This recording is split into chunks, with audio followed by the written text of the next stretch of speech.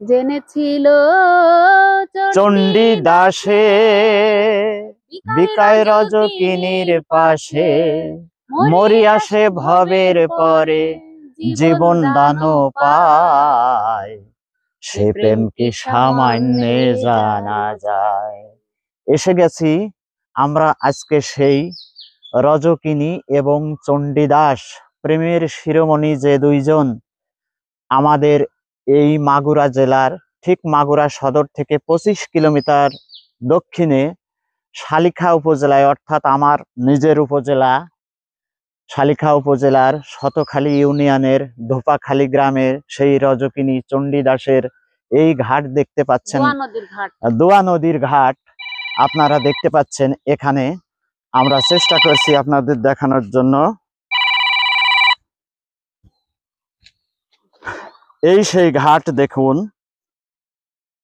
কোনো পানি নাই, একেবারে ধুধু বালুচর মনে হচ্ছে, অথচ যার কল্প কাহিনী নিয়ে সারা বিশ্ব মাতামাতি চলছে আজ পর্যন্ত, সেই চণ্ডীদাস রজকিনীর ঘাট এটি। এপারে ছিল রজকিনীর বাড়ি, সে ছিল ধূপার মেয়ে, অতি সাধারণ গরিব মানুষের মেয়ে। এপারে ছিল চণ্ডীদাস ব্রাহ্মণের ছেলে, সে দিনের পর দিন, মাসের পর মাস, বছরের পর বছর, এক যুগ অর্থাৎ 12 বছর পরে, 12 বছর ধরে বর্ষি নিয়ে এই ঘাটে রজকিনীকে দেখার জন্য অপেক্ষায় বসে থাকতেন। ওপারে রজকিনী ঠিক এই ঘাটটিতে কাপড় ধুতে আসতেন। এখানে তার অপেক্ষায় সে সারাদিন বসে থাকতেন। এখানে আমরা আসলে তেমন কোনো মানুষজন পাই নাই। তুমি একটু এদিকে আসো। কালের গর্ভে আজ থেকে প্রায় 14 পুরুষ আগের কথা, আসলে ওইভাবে সঠিক কেউ তথ্য জানে না। আমরা এখানে ছোট্ট একটি মেয়ে পেয়েছি, উনি এখানে মেয়ে। তুমি কি কিছু জানো এই ঘটনা সম্পর্কে? বলো তো কিছু। মানে অল্প কিছু আমার পূর্বপুরুষ থেকে আমরা জেনেছি। এইখানে আছে মানে দাস, উনি বসে থাকতো, আর ওই রজকিনী উনি আসতো, আসে উনি ধূপার মেয়ে ছিল, এখানে এসে কাপড় মাপড় ধুইতো, আর উনি ওনারে দেখার জন্য 12 বছর ওরকম বসি নিয়ে বসে থাকতো। থাকার পরে একদিন কথা বলেছিল যে দাদা মাছ কি হয়েছে, পরে বলতেছে হ্যাঁ টিপ দিছে, 12 বছর পর টিপ দিছে। তার মানে ওই যে কথা বলেছে, কথা বলছে কথারে আজকে টিপির কাছে ঠোকর দিছে বা টিপ দিছে। তুমি তো অনেক জানো, খুব ভালো। এটাই আমরাও এটাই জানছি, অনেক দূর থেকে এসে এটাই জানছি। ওইখান থেকেও জানছি যে 12 বছর পর তাকে জিজ্ঞেস করলো, দাদা বড়শিতে কি মাছ ধরছে? তখন বলছিল মাছ ধরেনি, কেবল ঠোকর দিছে। হ্যাঁ, এরপর থেকে আসলে তখন ছিল উঁচু নিচু জাতের খুব ভেদাভেদ। রজকিনী ছিলেন একেবারে ধোপার মেয়ে, চণ্ডীদাস ছিল ব্রাহ্মণের ছেলে। এই সমাজ এটা মেনে নিতে পারেনি, তবুও তাদের প্রেম থেমে থাকেনি। তারা এখানে যতক্ষণ পর্যন্ত থাকতে পেরেছে ছিল, তারপর তারা ইন্ডিয়া পাড়ি জমিয়েছে। ইন্ডিয়াতেও যখন এই বিষয়টি জানাজানি হয়েছে, এই জাতাজাতির বিষয়টি যে ব্রাহ্মণ এবং নিচু জাতের মেয়েকে বিয়ে করছে, তখন তাদের সেখানেও অনেক গঞ্জনা সহ্য করতে হয়েছে। পরে শোনা গেছে লোকমুখে, তারা সেখান থেকে চলে গেছে বৃন্দাবনে রাধারানীর কাছে। তারপর থেকে আর কেউ কোনো খবর জানে না আজ পর্যন্ত কি হয়েছে। তবে আমরা সেই ঘাটটি আপনাদের দেখানোর চেষ্টা করছি। দেখুন এই ঘাটে এখন একেবারে গরু চড়ছে গরু ছাগল ছাড়া আর কিছুই নাই এখানে। এ পাশে একটু দেখাও, কোথাও কোনো পানি নাই। এ পাশে দেখুন, আমরা সেই ঘাটে এসে আজ হাজির হয়েছি। আসলে আমার এলাকায় এমন একটা ঘটনার ইতিহাসের সাক্ষী হতে পেরে আমরা ধন্য ও গর্বিত। এই সেই ঘাট, এখানে রজকিনী মনের থেকে কাপড় কাচতো, আর হচ্ছে আর চণ্ডীদাস ওই পাশে থাকতো। নদীটা খুব একটা বড় নয়, ছোটই। তখন হয়তো বড় ছিল, হয়তো পানির অনেক ফোয়ারা ছিল, ঢেউ ছিল, স্রোত ছিল। এখন তো একেবারেই অবস্থা খারাপ, পানি নেই, কিচ্ছু নেই। তবুও এখানে যে আমরা আসতে পেরেছি, এটাই নিজেকে ধন্য মনে করছি। এখানে অনেক সুন্দর দৃশ্য সিনারি দেখুন, নদীর প্রকৃতির ধার দিয়ে মানে প্রকৃতির যে মনোরম পরিবেশ আর কি। লীলাভূমি বলা যায়, মনোরম পরিবেশ, কোনো ধোঁয়া নেই, কোনো গন্ধ নেই, গাড়ির শব্দ নাই, একেবারে নির্জন এলাকায়, একেবারে অজপাড়াগা, অসংখ্য গাছপালা ভরা, পাখ পাখালিতে ভরা, খুব সুন্দর, দেখতে খুব সুন্দর। সুন্দর পরিবেশ।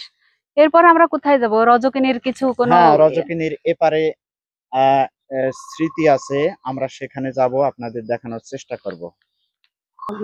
অনেক খোঁজাখুঁজির পর পেয়ে গেলাম সেই স্মৃতি বিজড়িত মন্দিরটি।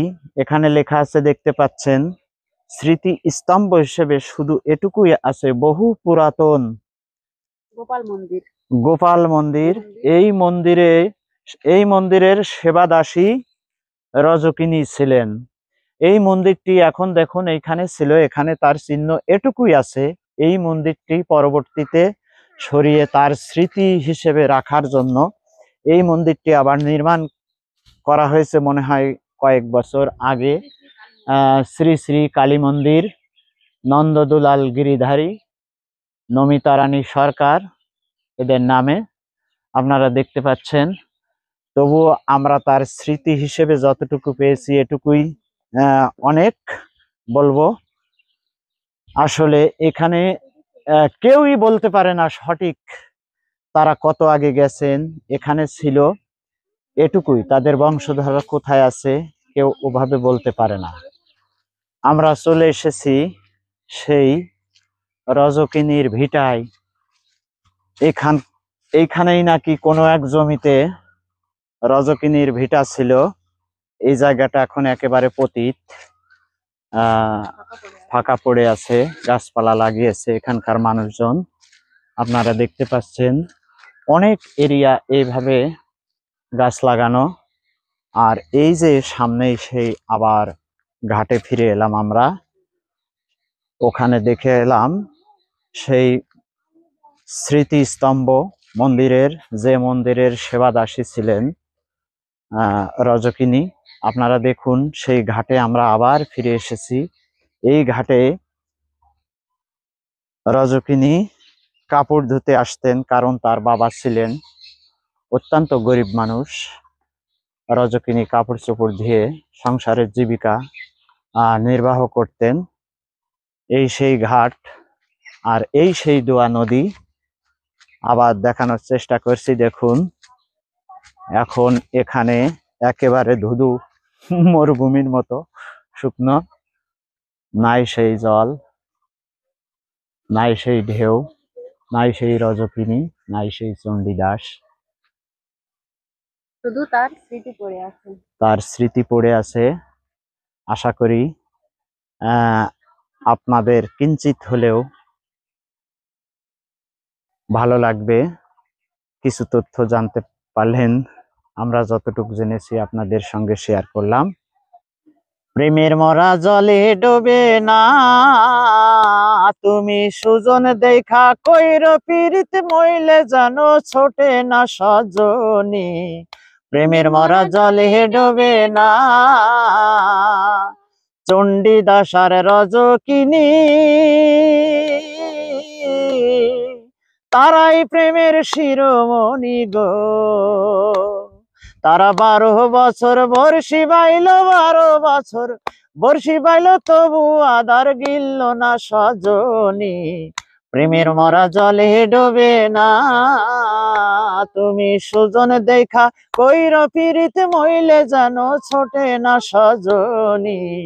প্রেমের মরা জলে ডোবে না।